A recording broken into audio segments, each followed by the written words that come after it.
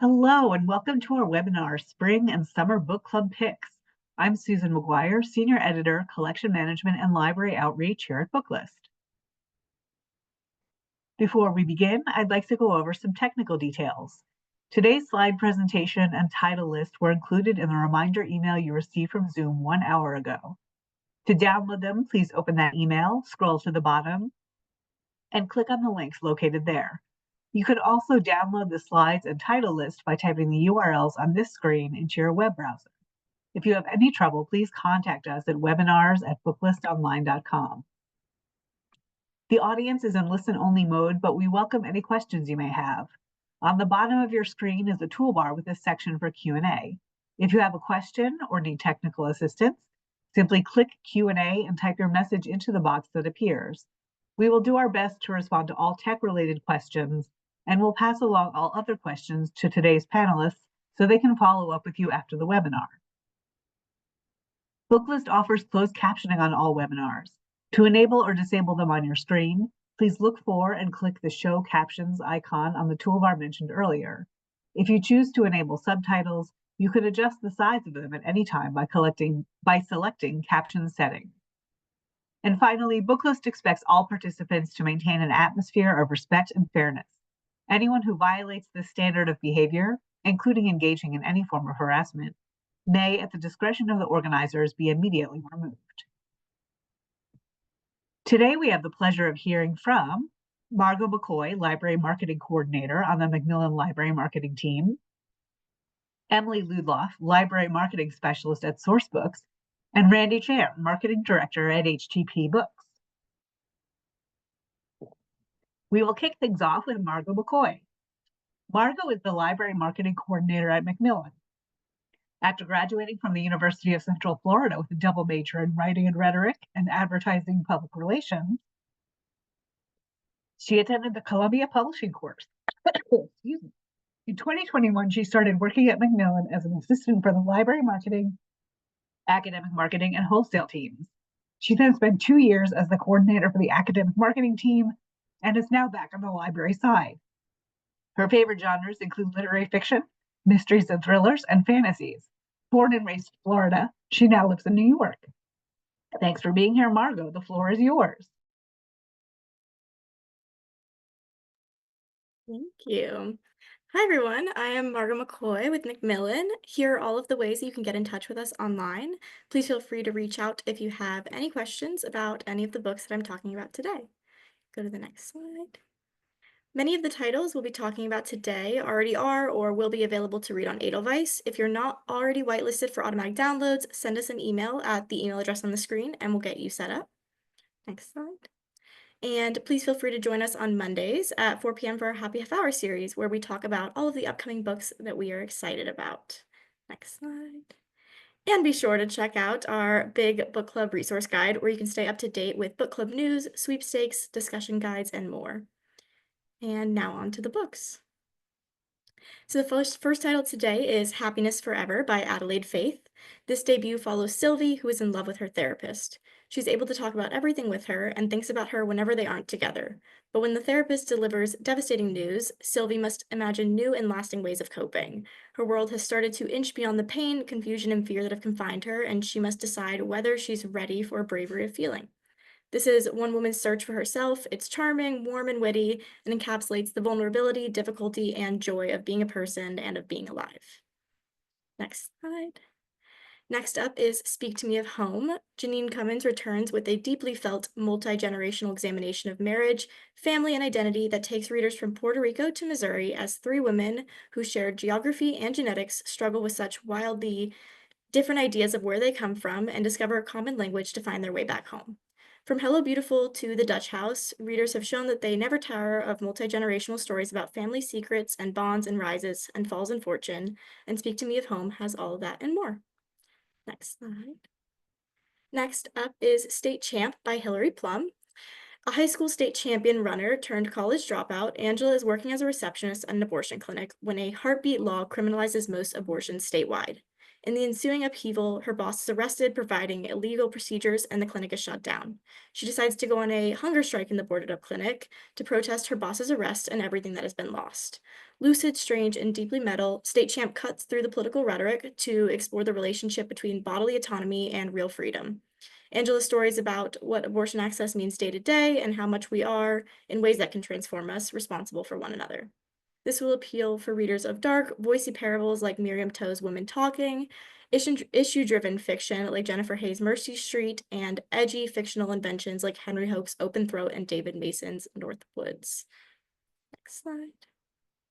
Next up is The Love Haters. Catherine Center is the queen of rom-coms, and she's back with another hilarious and romantic story. Producer Janie Vaughn's coworker helps her get a career-making gig profiling a Coast Guard rescue swimmer, who just happens to be his brother, by claiming falsely that Janie is his girlfriend. As Janie spends time in Key West with the swimmer, Hutch, she gets trapped by that lie, falling madly for him even as he thinks that she is the one woman on Earth he can't date.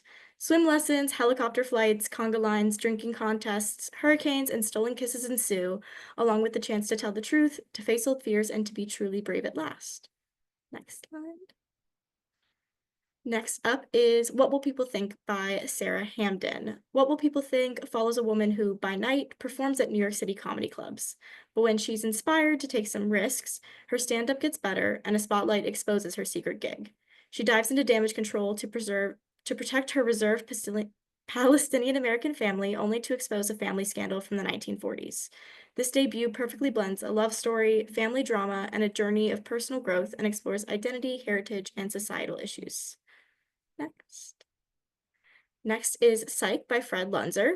When Adrian's relationship ends in a spiral of angst, he decides to try Psych. It's a new AI psychotherapy app that tracks your moves and emotions and guides you toward mental contentment. He soon falls for Mackie, who is a venture capitalist scouring London's tech scene for the next business boom. She wants to find a business that is as successful as Psych, but she refuses to try it herself. The story shifts between their two perspectives in the first year of their relationship as they wrestle with connection, identity, anxiety, success, and the limits of our obsession with self-analysis and awareness. This is perfect for fans of Claire and the Sun and Sally Rooney, and is also a debut. Next up is Lush by Rochelle Dowden Lord. This debut follows 4 wine experts who receive a mysterious invitation to an exclusive weekend tasting at a famous French vineyard. It seems at first that these 4 have little in common, except for their love of wine and their belief in its transformative power. But as the quartet awaits the penultimate trip of the night of the trip, when they will taste the only bottle of one of the rarest wines in the world, it becomes clear that each of them grapples with a private crisis and projects their ultimate hopes and fears onto the contents of this bottle. The decadent descriptions of wine and the French countryside are sure to pull readers into the intoxicating world of the wine industry, while the intriguingly delicious plot and nuanced characters will make this perfect for book clubs as well as for fans of Sweetbitter and the Paris novel. Next up is Park Avenue by Renee Attier. When a brand new junior partner is asked to sit in on a meeting, she's shocked to find out that the client is one of the most famous Korean families in the world. The family is worth $1 billion, but their fortune and legacy are being threatened. It's up to her to make things right, separate the truth from the lies, and secure her own success. With an anonymous narrator, bad billionaires, luxurious settings, and a jaw-dropping reveal, Renee's adult debut is for fans of Crazy Rich Asians and Succession. Next up is The Other Side of Now by Paige Harbison. This book follows an actress who appears to have everything that she's wanted, but it's all as fake as her stage name. After having a breakdown on her birthday, she books a trip to a small town in Ireland that she and her best friend had always dreamed of visiting before her best friend passed away. But when she arrives, the townspeople treat her as a friend, and when she looks in the mirror, her hair is no longer bleached, her skin has a few natural fine lines, and her nose looks like her old nose, her real nose. Eventually, she comes to accept that she somehow made a quantum slide into an alternate version of her life. But the most shocking realization of all is that in this life, her best friend is alive and wants nothing to do with her. This is an adult debut that dives into themes of friendship, grief, being dissatisfied in the life you thought you always wanted, and has a little bit of romance. It's by turns hilarious, heartwarming, and heart-wrenching, and is perfect book club catnip, and will sit right alongside Rebecca Searle, Sarah Addison Allen, and Taylor Jenkins Reid. Next is Finding Grace by Loretta Rothschild. After a shocking tragedy changes his family forever, a man running from his past falls in love with a woman, all while keeping a secret that could destroy their burgeoning romance. This is a sweeping love story that explores what happens when a shared past collides with an unexpected future. With a gripping plot, elegant prose, and a unique POV, it's a heart-wrenching story of moral dilemmas and ethical questions, and is perfect for fans of Jodi Picoult, Leanne Moriarty, and The Paper Palace. Next is How to Dodge a Cannonball by Denard Dale. This is a cutting satire of the American Civil War, told through the eyes of a white teenager who joins an all-Black regiment of soldiers. Dale's satire spares no one, whether he's writing about the main character's naivety and unexpected love interest, the quirks of Confederate and Union soldiers, those off to make a quick buck off the tragedy of war, or the theater of war itself. How to Dodge a Cannonball deals with the real troubled history of the United States, but does so with a comedic tone that brings levity and laughter to serious thematic topics, while the questions it asks about race, freedom, and equality resonate to the modern day. This is a perfect read for fans of Colson Whitehead and James McBride. Next up is Sunny Side Up. This is a heartwarming and hilarious debut novel from body acceptance advocate and Mega Babe founder Katie Sturino, perfect for fans of Emily Henry and Sex and the City. It follows a 35-year-old recently divorced woman on the verge of a meltdown in the Bergdorf Goodman swimsuit department dressing room when she realizes that rock bottom is the perfect place to start a climb. It's time to love her body and accept herself for who she is. You can hand this to readers looking for a confident and outgoing plus-size main character and anyone who loves summer in New York City. Next is The Tiny Things Are Heavier by Esther Efenachi Okonkwo. This is for readers of Americana and is a heartrending debut about a Nigerian immigrant as she tries to find her place at home and in America. It's a powerful epic about love, grief, family, and belonging. A daring and ambitious novel rendered in stirring, tender prose, The Tiny Things Are Heavier is a captivating portrait that explores the hardships of migration, the subtleties of Nigeria's class system, and how far we'll go to protect those that we love. Next is The Accidental Favorite by Fran Littlewood. If you've ever wondered if your parents have a favorite child, this is the book for you. When a family gathers together for a massive birthday celebration, a freak accident occurs and the father unintentionally reveals that he does indeed have a favorite daughter. It sends shockwaves through the family as decades-old sibling rivalries are suddenly unmasked and no one's secrets are safe. It's a deeply moving family dramedy and an examination of memory, sisterhood, and family ties. Next up is Party of Liars by Kelsey Cox, and this is set at a young girl's 16th birthday. The party is an exclusive black tie bash at her dad's mansion in Texas Hill Country. No expense has been spared, and it's the event of the season. But just before the candles are blown out, a body falls from the balcony onto the dance floor below. Who is the victim and who is the killer? This is a fresh take on a classic locked room mystery with a multi-POV cast and relentless pacing. And you should be sure to hand this to fans of The Guest List and First Lie Wins. Next up is Greenwich by Kate Broad. This is a riveting debut that explores the nature of desire and complicity against the backdrop of wealth and privilege and the ways that whiteness and power protect their own. It follows a young woman who is visiting her aunt and uncle in Greenwich, Connecticut, when a tragic accident occurs. And since she's the only one who knows what really happened, she'll have to be the one to make a pivotal choice. This is book club catnip with complicated family dynamics, a messy main character, and discussions of race and privilege. Next is The Hounding by Zenobi Purvis. The Crucible meets the Virgin Suicides in this debut set in 18th century England. Little Nettlebed is a village steeped in the uncanny, from strange creatures washing up on riverbeds to ravens gathering on the roofs of people about to die. When villagers start to hear barking and one claims to see the local Mansfield sisters transform before his eyes, the allegations spark fascination and fear. The inhabitants of Little Nettlebed have never much liked the Mansfield girls, but they've always had plenty to say about them, and now is no exception. Even if the local belief in witchcraft is waning, an aversion to difference remains, and the conclusion is this: something isn't right in Little Nettlebed, and the sisters will be the ones to pay for it. The Hounding wonders if, in a world like this one, it isn't safer to be a dog than an unusual young girl. Next up is The Island of Last Things by Emma Slowly. This is for all of the animal lovers and climate fiction fans out there, and it follows two zookeepers at the last zoo in the world who bond over their shared passions and dream up ways to improve their lives when whispers of an idyllic, secret sanctuary where wild animals roam free increasingly makes them chafe at the zoo's rigid rules. One reckless plan later, and they must decide if they're ready to risk everything for the promise of a better world. The novel takes on the all too timely themes of conservation, climate change, and humans' relationships to animals while delivering a beautiful friendship story and a shocking twist. Fans of Charlotte McConaughey, Tia Obret, and Emily St. John Mandel will find much to love here. Last up is Dominion by Addie E. Kitchens. This is a debut that explores the lies and complicity of a Baptist church and the family that leads it. A philandering minister, a pill-popping first lady, and a favorite son whose fall will expose them all. A Black Southern family drama that deals as much in tenderness and humor as it does in brutality, Dominion reveals the many sinister ways in which we are shaped by fear and patriarchy. Next. And that is it for me. Please reach out if you have any questions, and I hope you've enjoyed these books. Thank you. Thank you so much, Margot. And now we'll be joined by Emily Ludloff. Emily is the library marketing specialist at Sourcebooks. Previously, she worked with some of the top names in the music industry in Nashville, Tennessee, but ultimately could not resist the pull of her first love, books. Take it away, Emily. Hello. I'm so excited to chat with you all about some upcoming adult titles that would be bookalicious for book clubs, coming soon to you from Sourcebooks. Next slide. So as Susan said, my name is Emily Ludloff, and I'm a library marketing specialist at Sourcebooks. You can follow us on Twitter, Facebook, Pinterest, Instagram, our new Blue Sky, and Threads for all your up-to-date information, galleys, and free resources. And of course, please email me if you have any questions. All right, now on to the books next.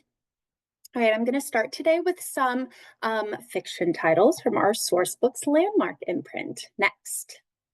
All right, from the best-selling author of Shotgun Love Songs comes A 40-Year Kiss. This is a rugged, feel-good Valentine, a small-town novel for readers who still believe in sunset triumph and second chances. And it follows Charlie and Vivian, who parted ways after just 4 years of marriage. There was too many problems, too many struggles, and so when Charlie returns to Wisconsin 40 years later, he's not sure what he'll find. He is sure of one thing. He must try to reconnect with Vivian and pick up the broken pieces of their past. But 40 years is a long time. It's 40 years of other relationships, of building new lives, and 40 years of long-held regrets, mistakes, and painful secrets. Next slide, please. All right, The King's Messenger is the newest historical romance from New York Times bestselling author Susanna Kearsley. This is for your Outlander fans. This takes place in 1613 when King James sends his messenger, Andrew Logan, to Scotland to arrest his late son's close advisor, Sir David Murray. He is accompanied by his aloof neighbor, Phoebe Westaway. Andrew slowly untangles the real point of his mission, to frame Sir David for Prince Henry's death. But Andrew is unwilling to bring an innocent man into a treacherous betrayal. Andrew's feisty and lovely neighbor Phoebe has always been standoffish to Andrew, having heard malicious gossip about him. But as they journey to Scotland and back, Phoebe sees Andrew for the honorable and loyal man that he is, and her change of heart may open new possibilities for them once their mission is complete. Next slide, please. All right, This Book Will Bury Me is the latest thriller from one of my personal favorite authors, Ashley Winstead. So after the unexpected death of her father, Jane finds herself in the world of armchair detectives, solving cases with a motley crew of fellow sleuths. When a TV show features their work on an episode about armchair crime-solving heroics, the group becomes the face of everything new and valiant about internet investigation. So then, when a new set of brutal deaths of 3 college sorority girls takes the world by storm, Jane and her fellow sleuths know that they can solve the case. But Delphine, this case doesn't unfold like Jane and her crew are used to. Jane knows that you've been waiting for her to break her silence for a year. She has received your pleas and death threats. This is her gutting confessional response. The true story of what happened during the Delphine massacres that horrified and fascinated the world, then left everyone with unanswered questions. Next slide, please. All right, from New York Times bestselling author of Souls on a Monday comes The Girls of Good Fortune. This takes place in Oregon in 1888. Amid the subterranean labyrinth of Portland's Shanghai tunnels, a woman awakens, distorted, disoriented in a dank underground cell. Though no stranger to upholding a facade, being half Chinese yet passing as white during a time of rising hatred against Chinese immigrants in America, she's perplexed by the male disguise she's wearing. Or of the more pressing concern, however, are the dangers she faces as a crimped or shanghaied sea-bound to work as forced labor. While struggling to recall the twisting past that led to her kidnapping, from serving as a maid for the family of a dubious mayor to delving into the shocking case of a gold miners' massacre, it is ultimately luring her into the seedy dealings of those Shanghai tunnels. She desperately is trying to escape so that she can return to her young daughter, left in danger in a place where unearthed secrets can prove even more deadly than the dark recesses of Chinatown. Next slide, please. All right, from New York Times bestselling author Julie Clark comes The Ghostwriter. All right, ghostwriter Olivia Dumont has spent her entire professional life hiding the fact that she is the only child of legendary horror author Vincent Taylor, famous not only for his novels, but for being the prime suspect in the brutal slaying of his older brother and younger sister in 1975. Olivia is on the brink of financial ruin when she's called to ghostwrite her father's latest book. With no other jobs on the horizon, of course, Olivia accepts, assuming it is her father's next horror novel. What she doesn't know, though, is that she will be forced to reckon with her father and the ghosts that live at the center of the family. Because after 50 years of silence, Vincent Taylor is finally ready to talk about that night in 1975. I got a flurry of texts this weekend from a coworker who said, "Oh my gosh, The Ghostwriter is so, so good. I will not stop thinking about it." And I was like, well, heard. I will absolutely pick it up. So you guys should too. Book club. All right, next slide.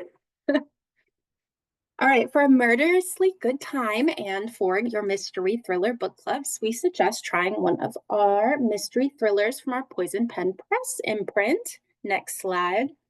The first of which is A Fellowship of Bakers and Magic. It is the first in a heartwarming, cozy fantasy series by Jay Penner.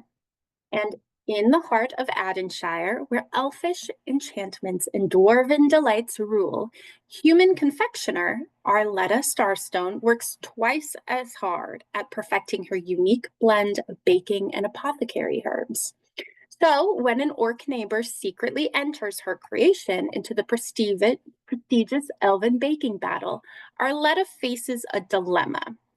Being magicless, her participation in the competition could draw more scowls than smiles.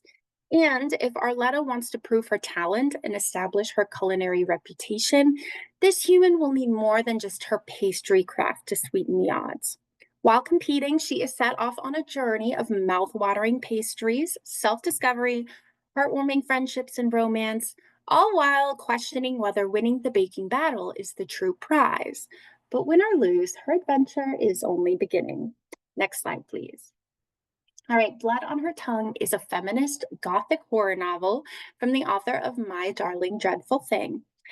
So when her sister, her twin sister, becomes distressingly obsessed with a recently found bog body, Lucy initially believes the doctor's diagnosis that her sister is just temporarily insane.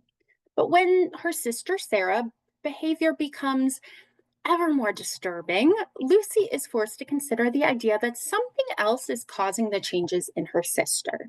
Something old and intelligent and intent on staying, even if that means devouring Sarah.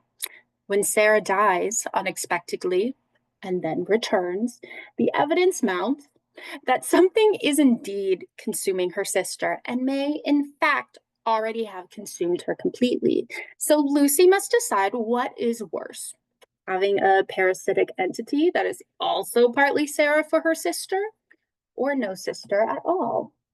Next slide, please.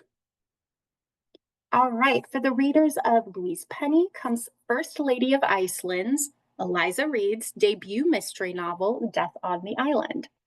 A run-of-the-mill political visit to a small community descends into disaster when a woman dies dramatically and mysteriously at a networking dinner in the Westman Islands. Jane Shearer, the wife of an ambassador to Iceland, finds herself trapped on the island by violent weather amid an uneasy group of international players. And she can't help wondering if the woman's death was truly accidental at all. Next slide, please. All right, with the clever locked room thrills of everyone in my family has killed someone, with the ghostly horror of the fall of the House of Usher.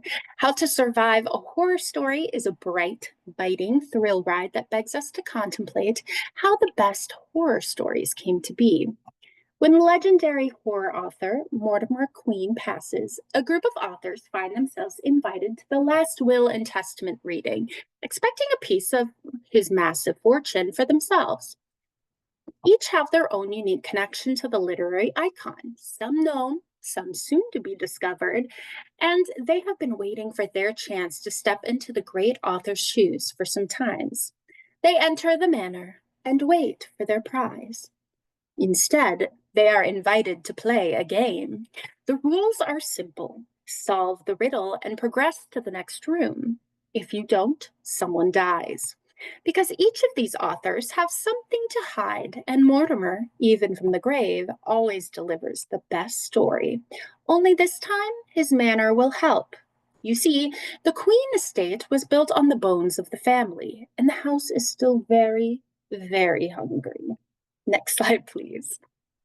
All right, so what's new in the nonfiction space that might be good for book clubs? Let's check it out. Next slide, please.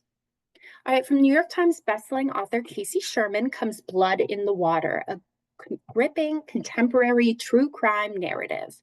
115 nautical miles south of Martha's Vineyard, a captain spotted a small life raft floating in the water. On the raft was amateur fisher Nathan Carman, who claimed to have gone out fishing trip with his mother when his boat sank 7 days earlier. But Carman was in remarkably good shape for being lost at sea for a week, and holes soon begin to appear in his story. The mysterious death of Carman's multimillionaire grandfather months before had made his mother a wealthy woman. And now that she's missing and presumed dead, Carman stood to inherit a massive amount of money. In May 2023, federal prosecutors charged him with the murders of his grandfather and his mother, and he died of apparent suicide in prison in June 2023. This is that story. Next slide. All right, the Central Park Five meets Killers of the Flower Moon in this true but untold story of the Fairbanks Four. Late one night in Fairbanks, Alaska, a passenger finds a teen unconscious, beaten nearly beyond recognitions. 2 days later, he dies in the hospital. The police quickly arrest 4 suspects, all under the age of 21, and 3 of whom were Alaska Native and American Indian descent. Police line up witnesses, trials follow, and all 4 men receive lengthy prison terms. Case closed. But journalist Brian Patrick O'Donoghue can't put the story out of his mind. When the opportunity arises to teach a class on investigative reporting, he finally digs into what happened to the Fairbanks Four. A relentless search for the truth ensues as O'Donoghue and his students uncover the lies, deceit, and prejudice that put 4 innocent young men in jail. The Fairbanks Four is a collection of collective action as one journalist, his students, and the Fairbanks Indigenous community challenge the verdicts. Next slide, please. All right, get ready to fall in love with our romance imprints, Sourcebooks Casablanca, and Bloom Books. Next. All right, The Charlie Method is the 3rd in the steamy, hilarious Campus Diary series by New York Times bestselling author Elle Kennedy. This is set in the same world as her Off Campus and Briar U series. It follows college senior Charlotte Kingston, who is living 2 lives, and she is nailing both of them. By day, she's a STEM student in biomedical engineering and the adoptive daughter of an overachiever family. At night, she's Charlie, a risk-taking daredevil looking for fun who finds herself chatting on a dating app with 2 anonymous hotties. When Charlie finally meets them in person and realizes she's been chatting with two gorgeous Briar U hockey players, things get steamy fast. But all of their messy secrets are piling up, and real life soon threatens to shatter the fantasy, with Charlie, Will, and Beckett all coming to terms with what they want and what they want from each other. Difficult decisions will need to be made, especially when lust starts to look a lot like love. Next slide, please. From internet sensation and Amazon bestseller Lindsay Straub comes the first book in the sexy, biting Split or Swallow series. Yes, I called the Split or Swallow series. The first one is called Kiss of the Basilisk, which features dangerous basilisks, competitive seduction, and a love triangle that can destroy kingdoms. Along with 13 other contestants, Temperance must train with a basilisk to learn the power of seduction and win the prince's hand in marriage. When Tem is matched with Caspin, the Serpent King, she realizes she might actually stand a chance. But with tensions rising between the basilisks and the humans, Tem is suddenly torn in two directions. As her bond with Caspin deepens, so does her connection with the prince. And when she uncovers a terrible secret about the royal family, Tem finds herself caught between the two, neither of whom she can survive without. Next slide. All right, The Story of My Life is the first in an all-new laugh out loud romance series from #1 New York Times bestselling author Lucy Score. This one is Gilmore Girls meets Fitz Creek in a fictional small town you'll want to move to after reading. It follows a big city rom-com author who no longer believes in real life happily ever afters. So she's seeking inspiration by buying a house and a spot on the town council in a small lake town that needs its own happily ever after. But her true inspiration comes when the very hot and very grumpy, and I do mean grumpy, contractor working on her house. Next slide, please. All right, last but not least, Crossing Pass is the quirky charm of tourist attraction meets the outdoor adventure of something wilder in this rollicking and occasionally dangerous romance by beloved author Kitty Ruggles. So Nora Pax loves working behind the scenes for her family's bounty hunting business. Unlike her adrenaline junkie sisters, good, skipping that from the safety of her laptop. Lately, however, her sisters have needed help in the field. She has all the computer skills she could want, but her fighting technique is lacking. So she asks surly MMA expert Dashiell Porter to teach her everything she needs to know. Yet, as the two throw punches and awkwardly flirt, vultures circle. Every criminal in town has turned against the Pax girls, and they're willing to hit them where they're supposedly weakest. Nora. To keep her and her family safe, Nora will need every new skill that Dash teaches her, as well as help from the man himself. Good thing that Dash is ready to do whatever it takes to protect the gentle yet fierce bounty hunter who stole his heart. Next slide, please. All right, and that's all the books I have for you today, but please feel free to reach out to me if you have any questions, and don't forget to vote for library reads. Thank you so much. Thank you so much, Emily. Our final presentation will come from HTP Books and Randy Chan. Randy Chan is the marketing director for HTP Books, Harlequin Trade Publishing. Previously, he worked at Penguin Random House Canada, HarperCollins Canada, and Anansi. He also worked as a bookseller in London, UK, and his first job ever was a page at his local library. Randy is also proudly a part of the BIPOC of Publishing in Canada mentorship program. Thanks for being here, Randy. The floor is yours. Thank you. Hi, everyone. My name is Randy Chan. We love presenting at these webinars.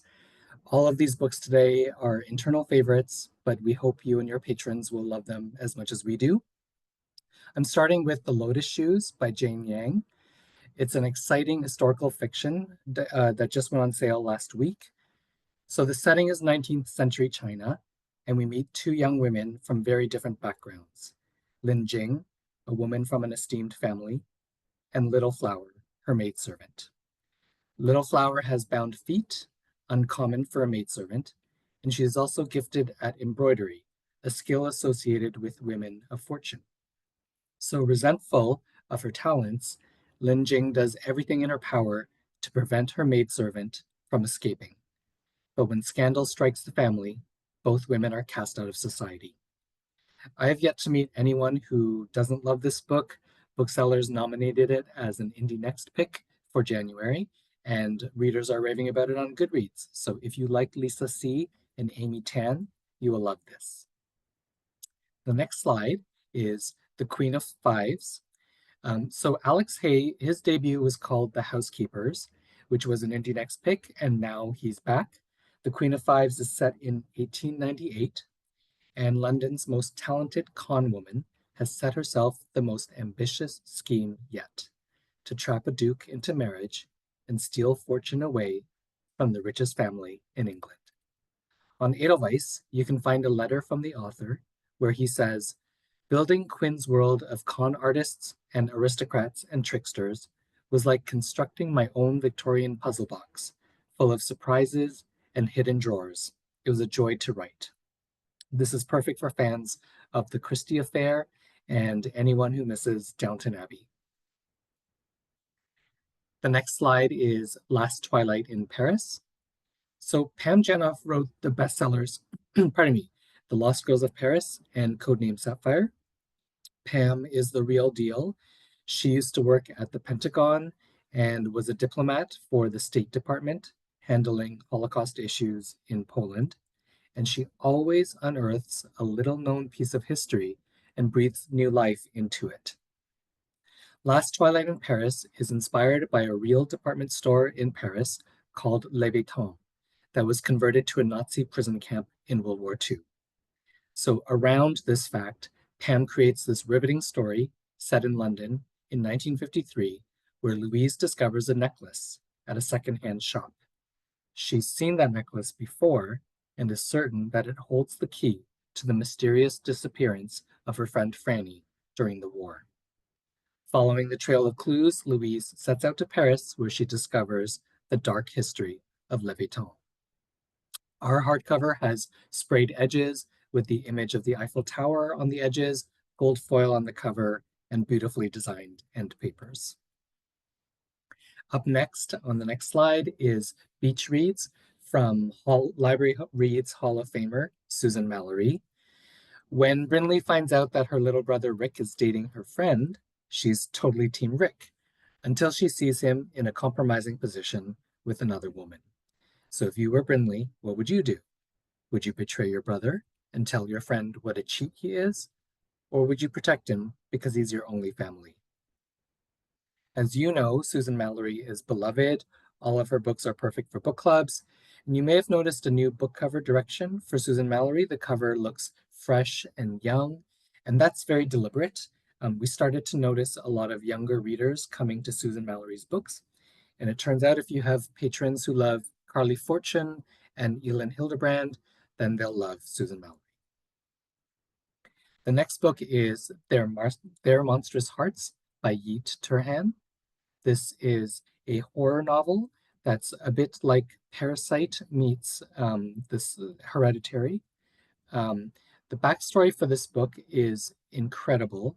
The author, Yeat, is the chief marketing officer at Valentino, the fashion brand in Milan. And Yeat fell in love with horror when he was 5 years old. He watched the Nightmare on Elm Street series with his grandmother. And so it makes sense that Yeat has now written this novel, Their Monstrous Hearts, about a struggling writer who inherits his grandmother's villa and her famed butterfly collection, only to realize the estate holds dark secrets. So cue butterflies that are pinned to the walls, a found diary, and the spirit of an enigmatic woman who visits him. And we have this very cool deluxe first printing of the novel, seen here with designed sprayed edges. The next slide is The Guilt Pill by Sumaya Dave. This is a novel set in a world where an experimental pill exists. The guilt pill erases all guilt. So enter the main character who seemingly has it all: career, husband, baby. But in reality, she is drowning. So she takes the guilt pill and falls down a rabbit hole where she becomes addicted to them. This is a feminist exploration of motherhood, race, and how the world treats women who dare to go after everything they want. The comps here are The Other Black Girl and The Push by Ashley Audrain. There's the recent Demi Moore movie called The Substance that shares the same theme of how absurd the world has become. We have praise from Jean Kwok and Laura Dave, so treat yourself to your next favorite read. And on to the next slide, Midnight in Soap Lake. So we were talking recently about what books started the books about bookstores trend, novels like The Storied Life of A.J. Thickery, and then there definitely was Midnight at the Bright Ideas Bookstore by Matthew Sullivan from 2017, which was Indie Next Pick, Library Reads Pick, Goodreads Reader's Choice Award winner. And now, 8 years later, Matthew is finally back with Midnight in Soap Lake. And the best way to describe this novel is it's Twin Peaks meets Stephen King's Castle Rock. This is a strange, can't look away mystery set in Soap Lake, with a lake with mysterious healing powers and a town full of eccentric, intriguing characters, including Treetop, a creepy urban legend that holds Soap Lake in its grip. You should know that this is based on a town Matthew Sullivan moved to himself, population 1,500, with vacant storefronts and empty cottages. And yet, throughout it all, Matthew found community with a core group of people. And this crime novel is an homage to the lovely eccentrics of Soap Lake. Pardon me. I'll call out two things. One is the wraparound book cover, which is a commissioned painting. And what's fun about the painting is that it contains Easter eggs for the readers that represents lots of things that unfold and get uncovered throughout the read. The second thing is that Matthew is a former bookseller. He worked at Tattered Cover and Brookline Booksmith, so he's very embedded within the book community and he's beloved. On the next slide is 6 Days in Bombay by Alka Joshi. Pardon me. Alka is a force to be reckoned with. Her New York Times bestselling Jaipur series, which started with The Henna Artist, has sold over 1 million copies. The Henna Artist was a Reese Witherspoon book club pick, and in a live virtual Q&A with Reese Witherspoon, Alka moved her to tears. So 6 Days in Bombay begins when one of India's most famous artists arrives at a hospital in Bombay. She's cared for by her nurse, Sona, who sits by her bedside as the artist regales her about her lovers and journeys around the world. But when the artist dies under mysterious circumstances, she leaves her nurse with a note, and that note sends Sona on a mission to deliver 3 paintings to Prague, to Paris, and then to Florence. This novel is grounded in history with vivid characters that leap off the page. It is Alka Joshi at her best. The next slide is Bat Eater and Other Names for Cora Zhang by Kylie Lee Baker. This book has so much momentum. It is an incendiary novel about a crime scene cleaner in New York.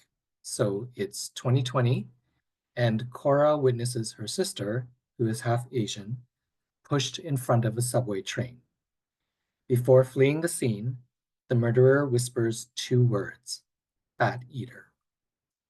Soon, Cora gets strange spots in her eyes. There are bite marks on her coffee table, and she keeps finding bat carcasses. This is a hard-hitting, freaky read. It is Parasite. It is The School for Good Mothers. It has a 4.7 average rating on Goodreads, and I have yet to meet someone who doesn't love this book. On the next slide is The Amalfi Curse by Sarah Penner. Sarah needs no introduction. Her debut, The Lost Apothecary, was one of our biggest books of the last 5 years. And she's knocked it out of the park yet again with The Amalfi Curse, a bold, witchy historical novel set on the high seas and on the glittery shores of Positano in Italy. In present day, a nautical archaeologist travels to Positano to investigate mysterious shipwrecks along the Amalfi coast. Soon, maelstroms occur in the sea, and she learns about a centuries-old curse. And then we are transported to 1821, where a woman practices the legendary art of Stragaria, a magical ability to harness the power of the ocean. Her story has a ripple effect to the present day. Sarah is quite frankly one of the most exciting writers today and one of my favorite writers. On the next slide is Hazel Says No by Jessica Berger Gross. This is the HarperCollins lead read pick, which means that out of all the books in the summer 2025 list, the sales force voted this one their favorite read across all imprints and divisions of the company, which is incredible. It's a debut novel, think Sandwich by Catherine Newman, and The Family Fang by Kevin Wilson, or Pineapple Street by Jenny Jackson. It's about a family who moves to Maine, and their lives are forever changed when the daughter, Hazel, is propositioned by the principal of her new high school. Eventually, the news goes viral, the principal is fired, and Hazel herself goes viral. She gets a book deal amidst the fallout. In the meantime, her own father, a university professor, is a victim of cancel culture when he inadvertently features Bill Cosby in one of his lectures. How this family keeps sinking into a deep hole, and also how they get out of it, is a completely engrossing story. There are a lot of heavy topics covered here, but reading it is a joy. You actually laugh out loud. This is absurdist comedy, a little bit like American Beauty with Arrested Development. The next slide is Darling Beasts. This is by Michelle Gable, who wrote best-selling historical fiction. This new book is more of a pivot. It's like the TV show Succession. It's about the heirs to a publishing fortune who are forced into the spotlight for their father's senatorial run. Cue the chaos, scenes of family wounds reopening, and a long overdue reckoning. On the next slide is The Knowing, and the subtitle is How the Oppression of Indigenous Peoples Continues to Echo Today. Tanya Talaga is an Anishinaabe writer who tells the story of residential schools and asylums that Indigenous children were sent to by the government. She tells the story through the life of her great-great-grandmother, Annie Carpenter, who had disappeared into what was called an Indian hospital. And there's a bone-chilling story in The Knowing where Tanya finally finds her great-great-grandmother's gravesite. And when she does, she realizes she's been driving by her grave for decades without knowing it. It's an IKEA parking lot. This is about reconciling with a history that tried to erase Indigenous culture through brutal means. And though the story is primarily set in Canada, the book covers the US residential schools as well. And in fact, she's writing an introduction to the book that highlights what happened in the US. The next slide is The Girl I Was by Geneva Rose. I'm running out of time, so I'll just mention that Geneva Rose is the author of Home is Where the Bodies Are and The Perfect Marriage. And we are now publishing The Girl I Was, the first ever book Geneva wrote, featuring 6 brand new chapters from a fresh point of view. And finally, on the next slide is Kelly Rimmer, who is an awesome historical fiction writer. She wrote The Things We Cannot Say. The Midnight Estate is about a woman renovating her home and comes across a novel in the library. It's a novel written by someone she knows, and how this novel connects back to a missing couple 50 years ago is bone-chilling. Thank you. On the final slide includes our contact information. You can follow us on X at HQ for Libraries or on Blue Sky, or visit us at our website, harlequinforlibraries.com. But thank you for your time, and thank you to Booklist for hosting. Thank you so much, Randy, and a huge thank you to all of today's wonderful panelists. Tomorrow, all attendees will receive an email containing links to today's video recording, slide presentation, title list, and a certificate of completion. For more about Booklist webinars, be sure to visit booklistonline.com/webinars, where you can view archives of past webinars and register for upcoming ones like those you see here. You can also find out about the latest webinars in our social channels. Visit us on Instagram, Facebook, LinkedIn, and now Blue Sky. And just a note that we are no longer on X, so please find us on those other channels for the latest Booklist news and updates. Booklist is back with a new series of free Reader's Advisory workshops on Wednesday, March 12th. Join us for 3 sessions led by library experts in the field, focusing on genre blending in adult and YA titles, nonfiction Reader's Advisory, and hot tips for hand selling. All sessions will be recorded, and to be sure you receive the recording and the other workshop resources, sign up on our website. And for more Booklist content, including additional Reader's Advisory resources, be sure to subscribe to our magazine to stay on top of the latest books and get collection development advice through print and digital editions of Booklist and access to Booklist Online. Plus, our Booklist subscription now comes with free digital and shareable copies of our new product for patrons, Booklist Reader. We have a special webinar offer for all attendees that you can get by scanning the QR code on the screen or visiting our website for more details. Thank you for joining us for today's webinar.